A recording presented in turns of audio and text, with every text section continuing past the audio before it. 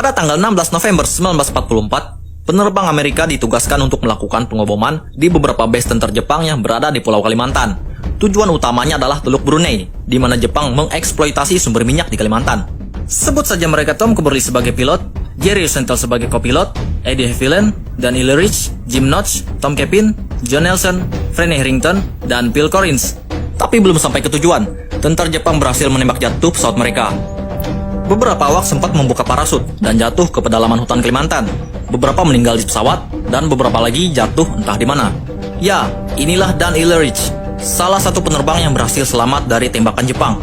Ia tidak sendiri. Untuk lokasi jatuh yang berdekatan, ia bersama salah satu rekannya yang selamat, Phil Collins. Tapi selamat dari tembakan Jepang di pesawat bukanlah sebuah keberuntungan. Mereka jatuh di belantara Kalimantan yang dikelilingi oleh sungai, lembah, hutan, gunung, dan beberapa predator yang mungkin cukup untuk membinasakan dua manusia. Tapi yang paling menjadi kewaspadaan utama adalah cerita tentang suku setempat, yang katanya adalah pemburu kepala dan kanibal.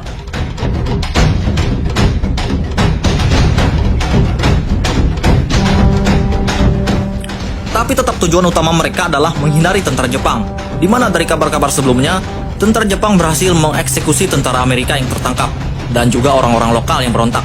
Tentunya yang harus mereka lakukan saat bertemu dengan suku Dayak setempat adalah meyakinkan suku Dayak setempat bahwa mereka berdua adalah sekutu, yang nantinya akan membantu mengatasi penjajahan Jepang di tanah Kalimantan. Saat pesawat Amerika dibom jatuh, beberapa suku Dayak dari kampung yang bernama Long Berang melihat ada kepulan asap di langit dan orang-orang berparasut jatuh ke hutan. Hal ini tentunya menjadi ancaman bagi suku Dayak, karena bisa saja yang jatuh itu adalah tentara Jepang. Mereka pun mencoba memastikan apakah yang jatuh tersebut adalah tentara Jepang atau bukan. Tak lama kemudian, mereka menemukan Phil dan Dan di dalam hutan dengan wajah yang tentunya gugup, karena sedikit persepsi mereka tentang suku Dayak adalah kanibal. Perlahan mereka menunjukkan lambang USA di sarung senjatanya untuk meyakinkan bahwa ia adalah sekutu. Sebenarnya, persepsi orang-orang barat tentang pemburu kepala di Borneo tidaklah benar.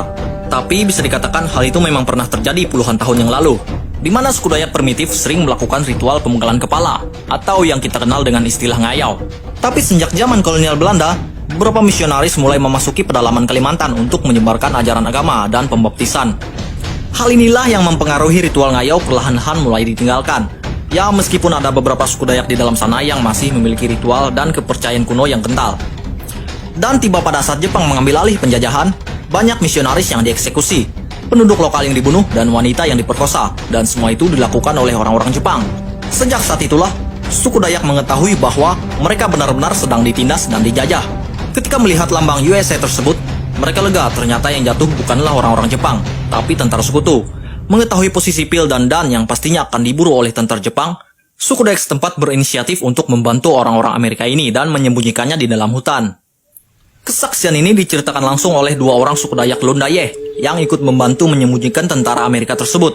Mereka adalah Ganang Laban dan Kapung Balang, dua orang tua yang dulunya terlibat langsung dalam pertempuran belantara di Perang Dunia II.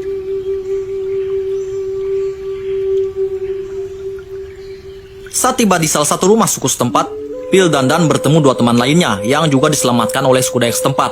Mereka adalah Jim Notch dan Eddie Haviland. Tapi untuk keadaan Jim Notch tidak begitu baik karena kemungkinan kehilangan banyak darah saat terjadi tembakan. Rencana selanjutnya untuk suku Dayak adalah bagaimana cara mereka menyembunyikan keempat orang Amerika ini, karena desa Long Berang termasuk desa yang mayoritas masyarakatnya sudah dipengaruhi oleh ajaran agama. Jadi akan sangat susah bagi masyarakat setempat untuk berbohong jika suatu saat ditanya oleh tentara Jepang, apakah di sini ada orang Amerika? Jadi prajurit Dayak memutuskan untuk meminta bantuan kepada salah satu camat di desa sebelah yang dulunya adalah seorang misionaris yang ditugaskan oleh orang-orang Belanda yang mengajarkan agama di Kalimantan. Tapi saat Jepang mengambil alih, tugasnya digantikan untuk mengawasi orang-orang Dayak di kampung tersebut.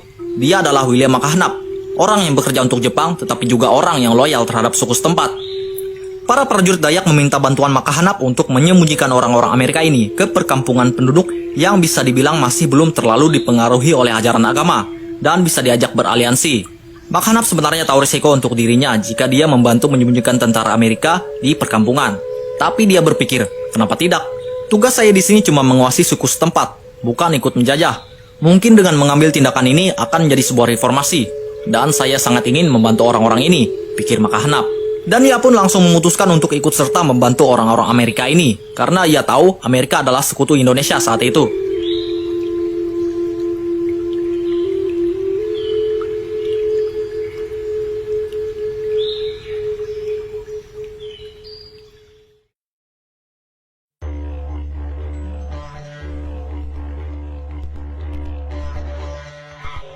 Mendengar kabar dari Long Berang ada orang Amerika yang disembunyikan, tentara Jepang mulai memasuki perkampungan untuk melakukan pencarian. Dalam 4 hari 4 malam, perkampungan dalam kekacauan. Tentara Jepang marah karena mengetahui bahwa penduduk setempat menyembunyikan orang Amerika. Jika mereka tidak dibunuh, maka orang-orang setempatlah yang akan menjadi korban. Ungkap seorang yang bernama Belapang Baru, yang juga salah satu suku Dayak setempat yang ikut berperang pada waktu itu. Dan terjadi lagi, mereka mulai membangkitkan ritual yang sudah lama ditinggalkan, yaitu pengayauan atau pemenggalan kepala.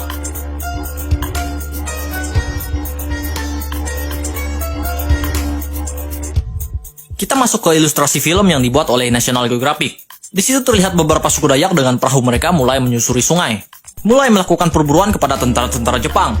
Perburuan ini diceritakan langsung oleh Belapang Baru. Pada saat itu ada beberapa tentara Jepang yang mendekat dari pinggir, berencana untuk melakukan interogasi. Saat tentara Jepang mendekat dan semakin dekat, prajurit Dayak pun mulai mengeluarkan mandau dari gagangnya, melakukan serangan tak terduga dan menewaskan tentara-tentara Jepang tersebut. Setelah itu, mereka melompat ke air dan menyelam untuk menghilangkan jejak. Strategi selanjutnya direncanakan oleh Makahanap, di mana ia menggunakan wanita-wanita telanjang sebagai umpan. Tentara-tentara Jepang dibawa oleh wanita-wanita tersebut ke tengah hutan, yang sebenarnya adalah perangkap, di mana prajurit-prajurit Dayak bersenjatakan sumpit dan mandau sudah bersiap untuk menyerang di balik pepohonan. Alhasil, dalam beberapa hari banyak tentara-tentara Jepang yang menghilang secara misterius, dan cukup untuk memukul mundur tentara-tentara Jepang yang tersisa di perkampungan untuk kembali ke markas mereka.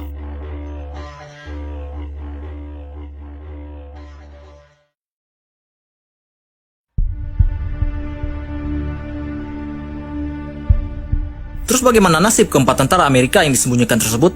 Nasib keempat tentara Amerika yang disembunyikan tidak begitu baik, apalagi kondisi Jim Notch yang semakin memburuk. Karena pada saat itu dia sempat terkena malaria. Tapi di samping itu ada berita baik. Kabarnya suku Dayak tetangga juga berhasil menemukan 3 teman lainnya yang berhasil selamat dari tembakan pesawat. Mereka adalah Tom Kepin, John Nelson, Franny Harrington. Nah, terus selanjutnya, bagaimana nasib orang-orang ini?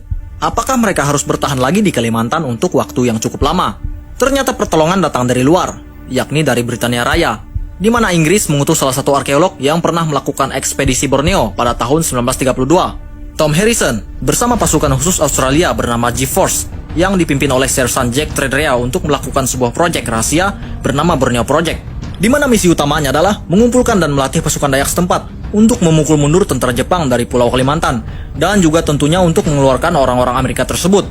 Tiba pada Mei 1945, serangan aliansi besar-besaran antara Australia, Inggris, Amerika, dan suku setempat pun diluncurkan untuk membantu mengambil kembali Pulau Kalimantan dari tangan Jepang.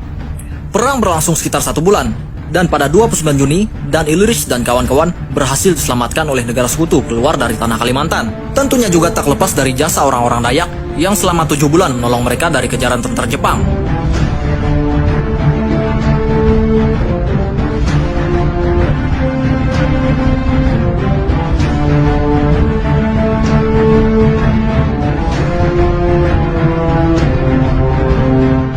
Dan 2 bulan setelah itu, kita mengetahui pada tanggal 6 Agustus 1945 adalah kejadian bom Nagasaki dan Hiroshima. Berakhir pada tanggal 17 Agustus 1945, di mana Indonesia berhasil meraih kemerdekaannya.